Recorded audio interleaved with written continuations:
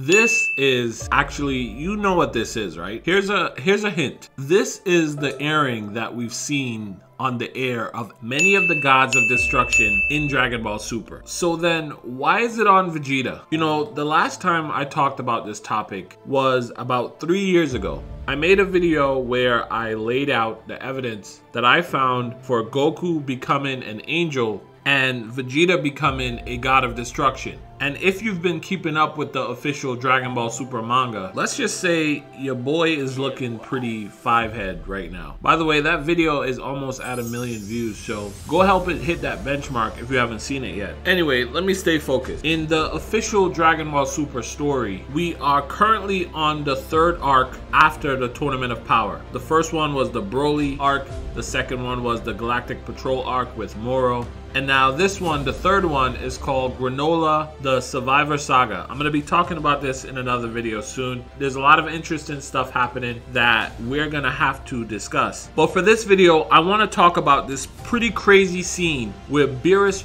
recognizes Vegeta as someone who can use the power of destruction, also known as Hakai energy. He then tells Vegeta that in his rivalry with Goku, Vegeta is representing the gods of destruction.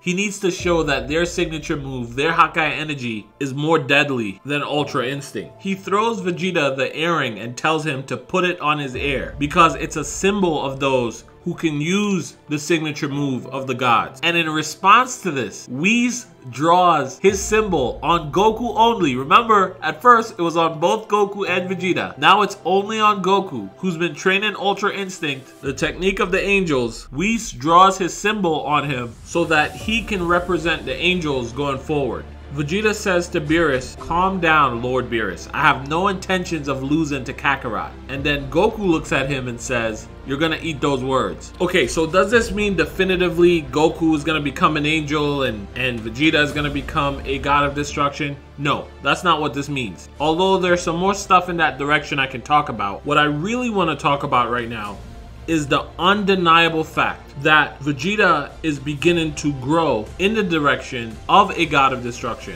while Goku is growing in the direction of the angels by using their signature techniques respectively. This fact has huge implications. And listen, I know you're busy. I know you got other videos to go watch. I know you got problems to solve, homework to do, probably kids to take care of, whatever. But right now, I need you.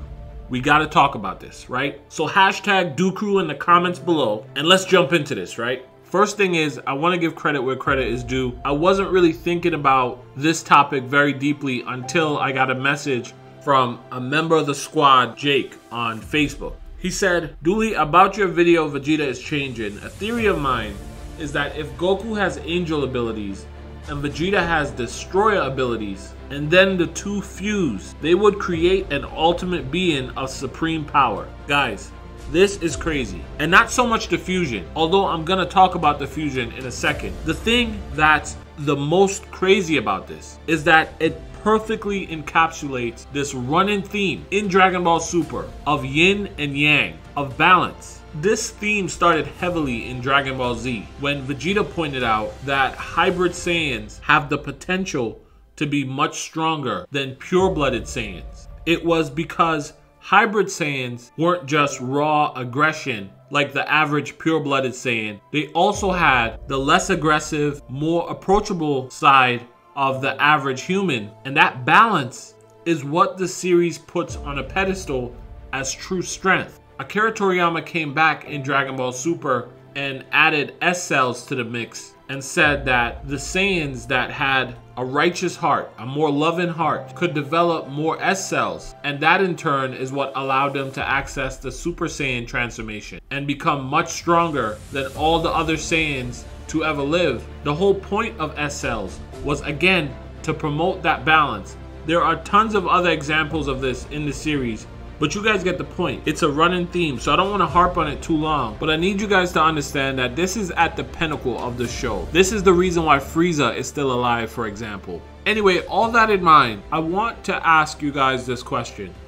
Why do you think all the universes have both an angel and a god of destruction? And by that, I mean, yes, we know that the gods struggle with Ultra Instinct. But don't you think it's possible for Whis or any of the other angels to learn and use Hakai energy? So then why don't they? In a story of yin and yang, in a story where balance is so important, why is the role of the gods of destruction so one-dimensional? And in all honesty, so is the role of the angels. With all their strength, it's almost as if they are purposefully gimped. The gods of destruction are only there to destroy, while the angels are only there to mentor them and make sure they don't get out of line. They balance each other out, all the way up to Zeno and the Grand Priest. But what if this balance existed in one being? This is where Goku and Vegeta enter the chat. What I'm about to say, Whis foreshadowed himself. In Resurrection F, Whis said to Goku and Vegeta, "It hadn't dawned on me until now just how poorly you two get along. If you ever found a way to work together for once, you would be able to go toe-to-toe with even Lord Beerus." And this is long before the days of Goku learning Ultra Instinct and Vegeta getting Super Saiyan Blue evolved. Whis is saying this to Goku and Vegeta in their very early stages of Super Saiyan Blue.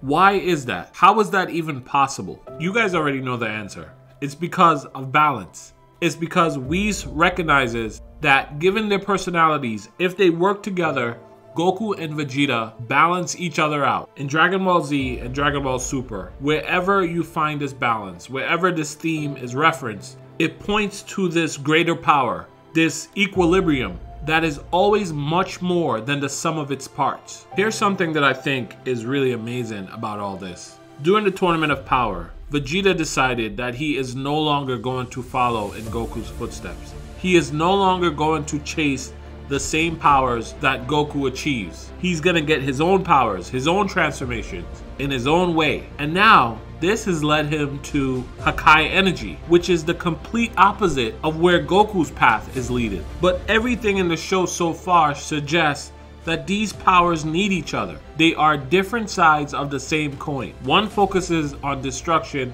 while the other focuses on restoration, order, knowledge, and other angelic qualities. This creates a situation where the further down their respective path they travel, the more they complement each other, the more they balance each other out. In my opinion, this is genius. It's a shift that's well needed, especially for Vegeta.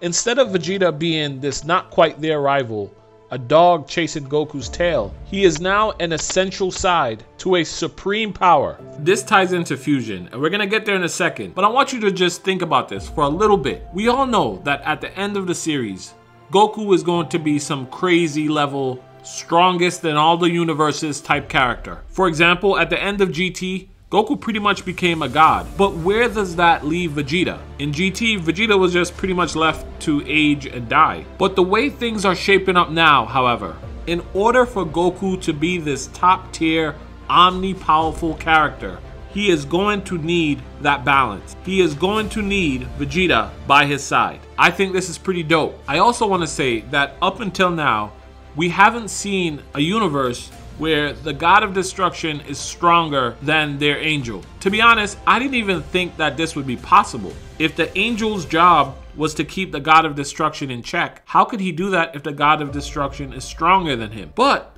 let's keep in mind that the god of destruction keeps the mortals in check. And in Universe 11, there was a mortal who was stronger than his god of destruction.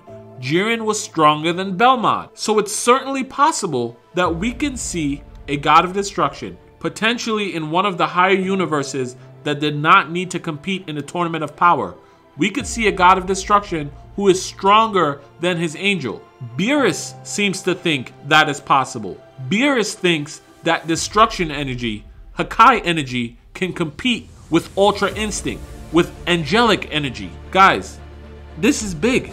This is huge. Alright, let's touch on this fusion real quick, because this is also another big deal. Up until this point, we haven't seen a being use both Hakai and angelic energy at the same time. I'm assuming it's possible because the show suggests that Beerus could use some version of Ultra Instinct. He's just not very good at it. I think this is because the gods of destruction are already attuned to the destruction side of God Ki. And although I think it's definitely possible that the angels could learn and use Hakai energy, they are already attuned to the angelic side of God Ki, of divine Ki, so they won't be as good at that as the gods are. Remember, even in the Tournament of Power, where the Grand Priest, the highest angel that we know of, oversaw everything, when time came to erase the universes, Zeno was the one who did the actual erasure.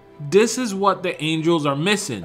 With all their power, this is why we can still talk about beings who are potentially higher than the angels, like Zalama, because these beings may have mastery of both sides of God Ki, of both destruction and creation, Hakai and angelic energy. And if Goku and Vegeta continue down their path, not only will they balance each other out as fighters, but when they fuse, we can expect that fusion, Gogeta or Vegeta, whichever one, to be able to tap into a power, a supreme power, beyond that of the angels and possibly even Zeno. Well, let me know what you guys think about all this. If you made it this far in the video, hashtag balanced in the comments below. It's time to start dropping some content. Much love to you guys. Thank you for the support. I will be talking to you again real soon. Bye.